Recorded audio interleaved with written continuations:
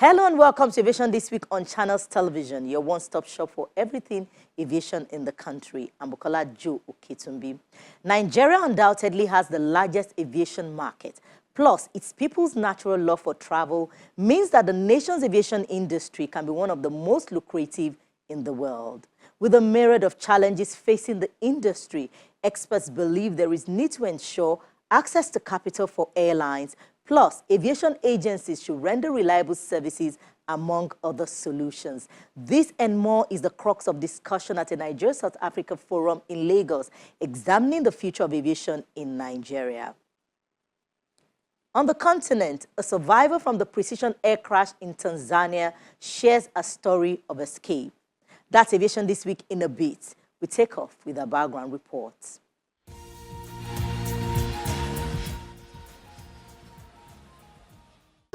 Air transport is an important enabler to achieving economic growth and development.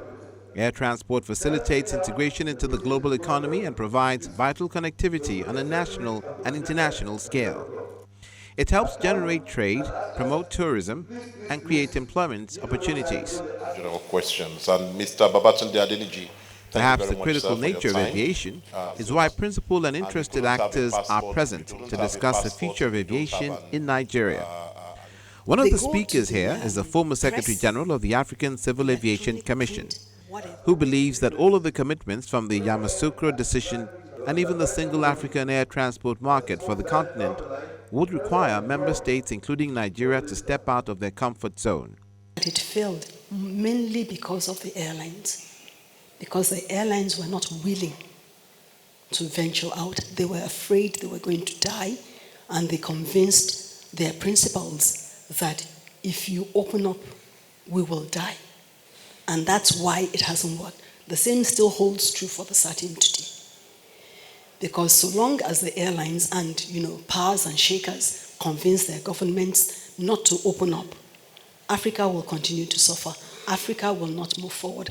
Africa will not become the giants, the states will not become the giants that you have in the rest of the global space. We have poor air connectivity. We have low traffic because on some routes, especially because the fares are just too high. And so there isn't. From the continent to Nigeria, other stakeholders speak on their plans and contributions. The Minister of Aviation, who joined online, believes the present administration is supporting carriers. So we are more than ready as a Buhari government to support entrepreneurs in civil aviation, to open the door for them, to fight for them abroad, to push them to go and do businesses. I've given them London routes, which is a lucrative. I've given them Dubai. Everywhere they want to go, I've given them. The issue of a national carrier is of particular concern to many. In a fantastic world, you ask all those airlines to all come together and let's put our resources, technical, financial, and otherwise, into one project where we can be very good and strong. So you look at the ones that we're partnering with Ethiopian Airlines, and I bet you don't have a proliferation of airlines in Ethiopia. Kenya Airways, you don't have a proliferation of airlines. South African Airways, you don't have a proliferation of airlines. You just have one strong one that everybody says we're going to back you up and stay behind you. Obviously, in the past, people used to run away because of government strong participation and interference, to be quite frank.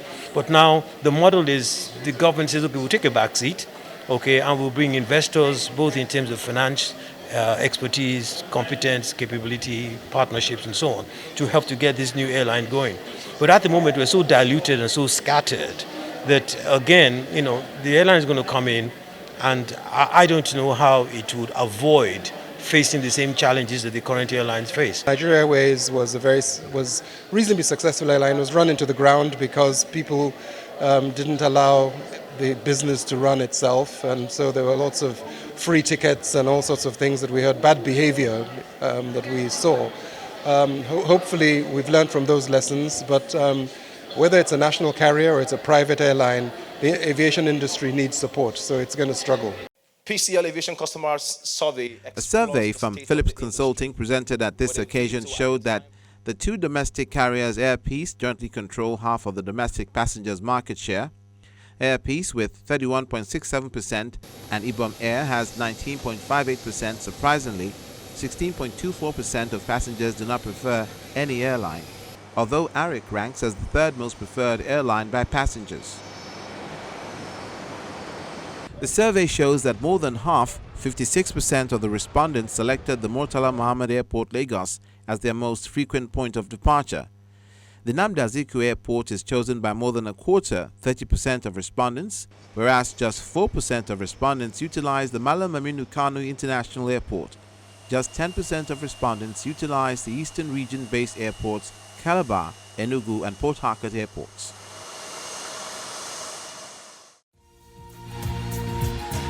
Staying with the forum in Lagos, where the guest speaker is the managing director of Ibom Air, Mr. George Uresi. He believes the agencies of government should provide reliable service and access to capital is necessary if airlines will grow their fleet from small to a bigger one. If you think about the irony and what makes it very painful is the fact that we, Nigeria, more than anybody else on this continent, have absolutely no reason to be there. Imagine we have the biggest domestic market. You're talking domestic market in the continent, it is inside Nigeria. You're talking international markets on the continent, it is inside Nigeria. It is lucrative and highly elastic. Whether economy good, whether economy bad, Nigerians will fill up your aeroplane from the front every day. You want to doubt it? Ask British Airways, ask Lufthansa, ask Ethiopia, ask all of them. Right? And on top of it, it is Nigerians. That's a big opportunity because what happens is that 90 to 95% of every flight going in or out of Nigeria is carrying 90 to 95% Nigerians going and coming from all over the world because we are everywhere and we are here.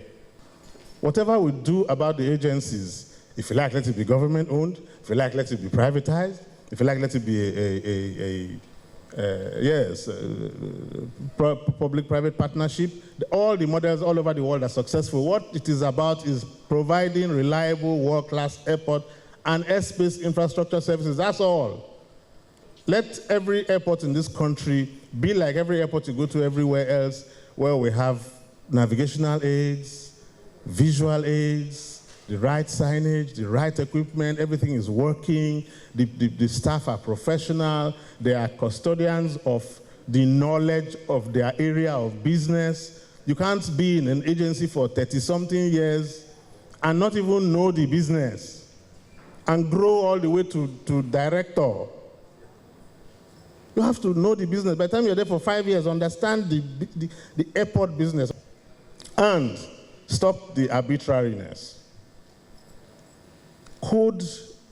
Make it by force with Koboko. Let the airports have master plans and let them be frozen. Johannesburg International, Cape Town, they didn't just happen. Everything is done according to a plan. Everything has a reason and a logic. You can't just build a very fine building and everybody say, when you enter the thing, the aesthetics is so beautiful and Nigeria don't get terminal. And when you were building, were you planning for helicopters to use it? Well, wannabe airlines. You can't have a scheduled career that can be sustainable and successful with 5, 6, 7 aeroplanes. You simply cannot. You have to build your airline to the point where you have 25, 30, and rising to be a reliable, scheduled carrier. You know, you have 5 aeroplanes, one gets a snag, your whole schedule is messed up. They're always going to snag. But if you can't invest in growing them, because they're very expensive to do, if you can't invest in growing, you remain like that 10 years, you are doing 5, 7, 5, 7. You're not really an airline, no. Whereas the airlines that are going around freely able to send their aeroplanes to people like us to start airline, because they have too many. Brand new, 138. Maybe they are using like 80. They have another 60 or 70 waiting for who they can go and help. They are making airline everywhere and sending the aeroplanes there with their pilots and all that and helping us. We ourselves, the domestic airline, we must professionalize now. You know, start to do things differently. And one of the things we need to do is to establish proper corporate governance. You know, an airline is an entity on its own. Build the requisite organizational capability to be able to be a successful airline. Be able to run an airline the way everybody else does it. And airlines that are owned by people, the airline is an entity. It's not, you have to separate the airline from the owner. Please, let's consider seriously the Nigerian government being able to provide whatever they call it, the access to aircraft, new aircraft by Nigerian airlines where they pay in Naira. This is a major issue.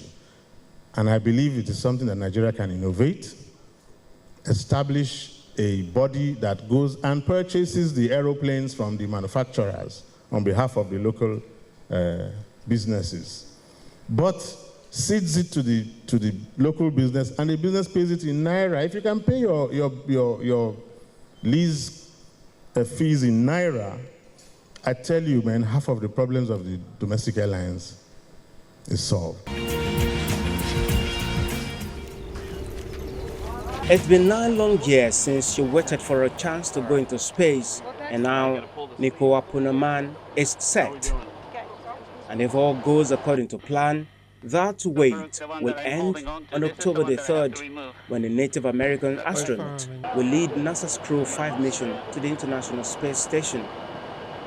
While John Harrington was the first Native American astronaut to make it to the space in 2002, Man will be the first woman to break that barrier. To be honest, I think I feel very proud. It's important that we celebrate our diversity and really communicate that specifically to the younger generation. Because I know there's kids out there that live, perhaps in a community where there are barriers. And I want them to know that these barriers are being broken down or can be broken down.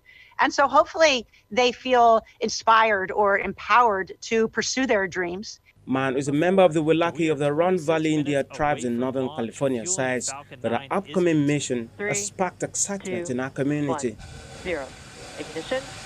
Liftoff of the Falcon 9 and Crew Dragon. Go NASA, go SpaceX, Godspeed, Spot and Dog. I still live in Northern California area where the Round Valley tribes are located. And there's been, what's really neat is a lot of interest from these news outlets and from these sources from the Native American outlets. And that's really, I think, an audience that we don't get an opportunity to reach out to very often.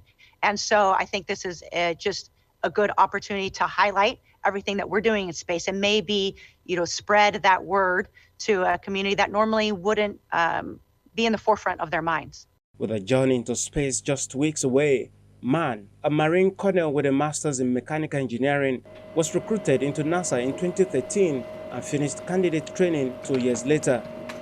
As a former fighter pilot who flew combat missions in Iraq and Afghanistan, she seems well suited to the stress and unpredictability of a manned space mission.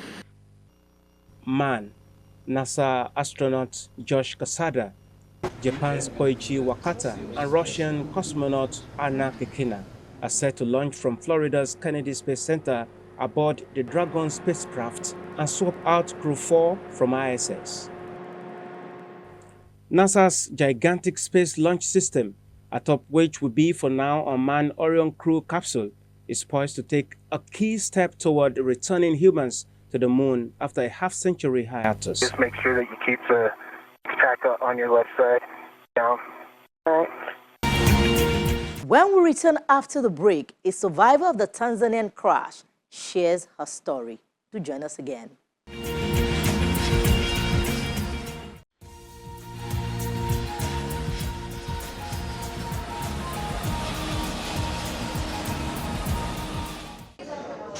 Many large cities around the world have 2 or more airports. These have often been built at different times, with larger airports introduced further from the city as aviation volume increased. They can also serve different regional areas. Doha, Qatar is slightly unusual in that it has 2 large airports adjacent to each other to the southwest of the city. The new one was opened as aviation, particularly with Qatar Airways, expanded dramatically. Just over a week till the start of the 2022 World Cup in Qatar, both of Doha's international airports are gearing up for the flood of passengers expected to pass through their gates. Organizers expect upwards of 1.2 million visitors to make their way to the country for the tournament, which kicks off on November the 20th, with a winner to be crowned on December 18th. Most visitors will pass through Hamad International Airport, which became Qatar's primary airport and home of national airliner Qatar Airways in 2014. However, the doors of the older Doha International Airport have been reopened to help accommodate the influx of visitors expected for the Cup. Most national teams are expected to fly to the smaller airport, which will also welcome regional shuttle flights and chartered planes from nearby destinations including Dubai, Kuwait City and Jeddah. Hamad International Airport has since been expanded further with 2 additional passenger concourses. Further expansion is planned to be completed in 2022 with a new central concourse between Concourse D and E, with a garden and retail area similar to Singapore Changi Airport's dual development. A total of 32 nations are taking part in the World Cup finals, with matches spread across 8 stadia located within 40 kilometers of central Doha. Tanzania plane crash survivor Metrida Samuel has been speaking of the bad weather leading up to the deadly accident and her escape from the submerged aircraft in Lake Victoria. As we were landing, there was bad weather. We had a big crash and I immediately started seeing water enter the plane. Passengers started to struggle to rescue themselves. The only thing that helped me was that I managed to remove my seatbelts and get out of my seat on time, but the plane had already been flooded, so I struggled to swim up, and that's when one of the cabin crew members helped us open the emergency door. After a few minutes, local fishermen came to rescue us when we got out. Flight PW 494, operated by Tanzanian airline Precision Air and carrying 43 people, hit the water in stormy weather as it tried to land at Bukoba Airport early on Sunday morning, November the 6th, arriving from the capital, Dar es Salaam. The crash killed at least 19 people, according to the Prime Minister and the airline. Footage from the immediate aftermath of the crash showed the aircraft's tail fin decorated with Precision Air logo, the silhouette of a gazelle in front of a yellow sun sticking out of the lake. Fishermen rushed to the scene in boats and some swam in the lake to help rescue trapped passengers and recover bodies. As the largest city in southwest China, Chongqing is located at the riverside mountains of the Yangtze River. The hilly terrain and the presence of several other similar cities spread across the western part of China makes it a natural hub for air travel. For most people, the airline business is a cool business. Maybe it's because it involves flying in the air, getting to exotic places, but in fact, the airline industry is a hard business due to lots of maintenance and utmost attention to safety issues. Now, the airline business is an indispensable part of the real economy and bears lots of responsibility. For Hu Xianjun, founder of China Express Airlines, the responsibility of China's third largest private airline operator is supporting the common prosperity of the people in the less developed Western region. Before the pandemic, China's regional flight market was expanding at over 20% a year. That's twice as fast as the growth for normal flights. If you consider the airline business as a traditional industry, then 20% annual growth is outstanding. In the next few years, we don't see any changes in the prospects for regional flights. That gives us immense confidence for the future. Several years ago, Hu moved its company's headquarters to Chongqing and opened dozens of regional flights to lower-tier cities in the area. The airline's operation has grown significantly in tandem with the rapid development of the country's western region. In 2012, China Express Airlines had 5 planes, and now the number has grown to 59. 10 years ago, the company had 400 employees, and this year it has over 5,000. So it's the story of 10 years and 10 times growth. To meet the growing demand of China's regional flights, China Express Airlines has ordered 100 planes to expand its fleet, including China's homemade ARJ-21 jet. More planes will need more airport terminals to dock at. In fact, the international airport in Chongqing, one of China's top 10 busiest airports, is expanding too. Japan has opened its doors to tourists after closing them for 2.5 years due to travel restrictions sparked by the outbreak of the COVID-19 pandemic. Visa-free travel has been reinstated for visitors from dozens of countries, bringing an end to some of the world's strictest border controls. Prime Minister Fumio Kishida is hoping the move will invigorate the economy and reap some benefits from the yen slide to a 24-year low. Among the travelers arriving on a flight from Sydney were tech company executives Liam Eldon and Matthew Bothwick, who booked their flights after Kishida announced the border measures will be relaxed. We planned the trip. We wanted to come to the trip. We wanted to go on the trip. We wanted to come to Japan, go on a beautiful tour that we're going on. It's a walking tour. So we booked it, and then I guess we kind of discovered the process. So there was a few stressful moments. We realised we needed to get a visa, and I guess some of the things that were required. It hasn't stopped us. And then the irony is that the first day that we've arrived, we didn't need any of that. We've been very fortunate to be on one of the first flights in, I think, after the visa regulations changed.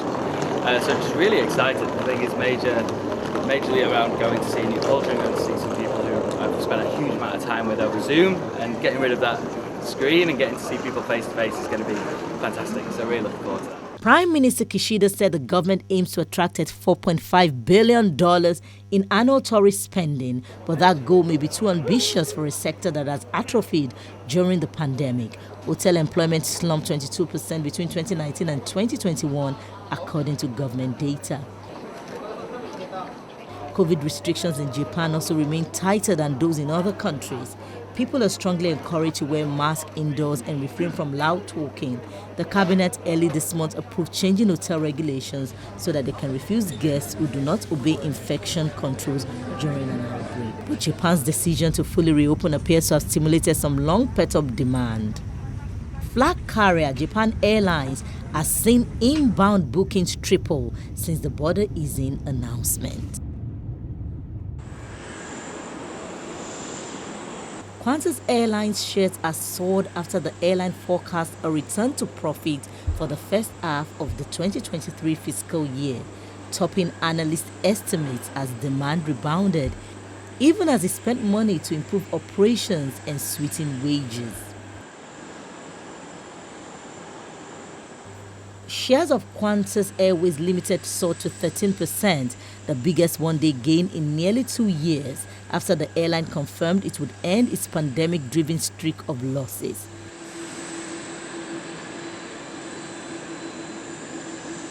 Qantas has said it's expected to report first-half underlying profits of between $753 million and $815 million, up from a similar-sized loss the prior year. This is where our flight lands. Thank you so much for watching. I'm Bukola Jo Oketumbi. See you next time.